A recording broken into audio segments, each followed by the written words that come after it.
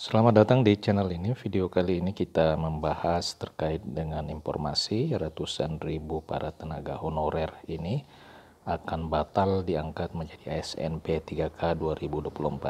Apa penyebabnya? Simak secara lengkap di video ini.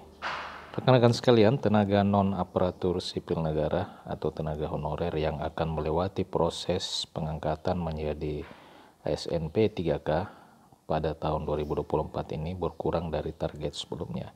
Sebelumnya 2,3 juta menjadi 1.788.851 orang. Hal ini dikarenakan pemerintah telah melakukan proses verifikasi dan validasi atau verbal yang dilaksanakan oleh Badan Kepegawaian Negara.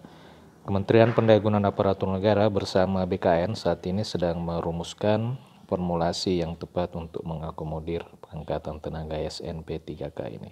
Tentunya formulasi tersebut berdasarkan verifikasi dan validasi 6 kriteria dari Badan Kepegawaian Negara, termasuk nanti P3K penuh waktu maupun paruh waktu. Itu yang dikatakan oleh Menteri Pendayagunaan Aparatur Negara. Pelaksanaan verbal sendiri dilakukan menggunakan aplikasi verifikasi tenaga non-ASN. Verbal ini memiliki 6 kriteria berdasarkan kelompok kerja. Adapun 6 pokja kriteria tersebut yakni pokja honorarium, surat keputusan pengangkatan dan masa kerja, usia, jabatan, tingkat pendidikan, serta surat pernyataan tanggung jawab mutlak.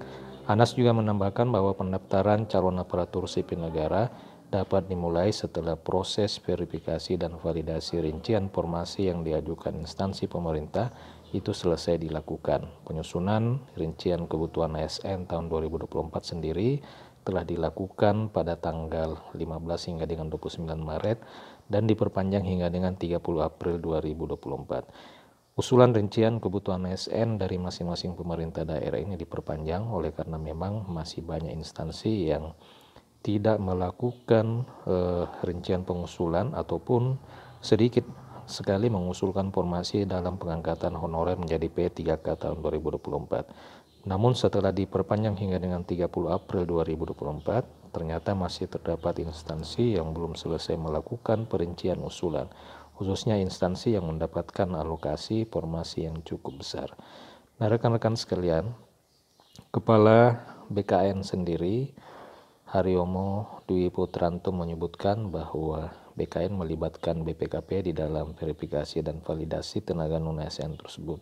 BPKP sebagai tim quality assurance dan penanggung jawab pokja kriteria 1 yakni kriteria honorarium, serta tim BKN sebagai penanggung jawab pokja kriteria 2 sampai dengan 6.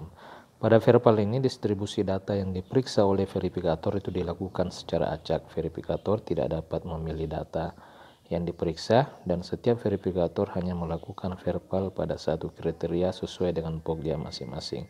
Adapun hasil dari verbal atau verifikasi dan validasi tenaga non-ASN per tanggal 17 Mei yang lalu untuk kriteria 2 itu mencapai 89%, kriteria 3 sudah tuntas 100%, kriteria 4 mencapai 63,33%, kriteria 5 sudah mencapai 100% dan kriteria 6 mencapai 99%. Hasil verifikasi dan validasi pada masing-masing kriteria tersebut nantinya akan dijadikan sebagai dasar untuk menentukan kebijakan pengangkatan honorer menjadi P3K pada tahun 2024 ini.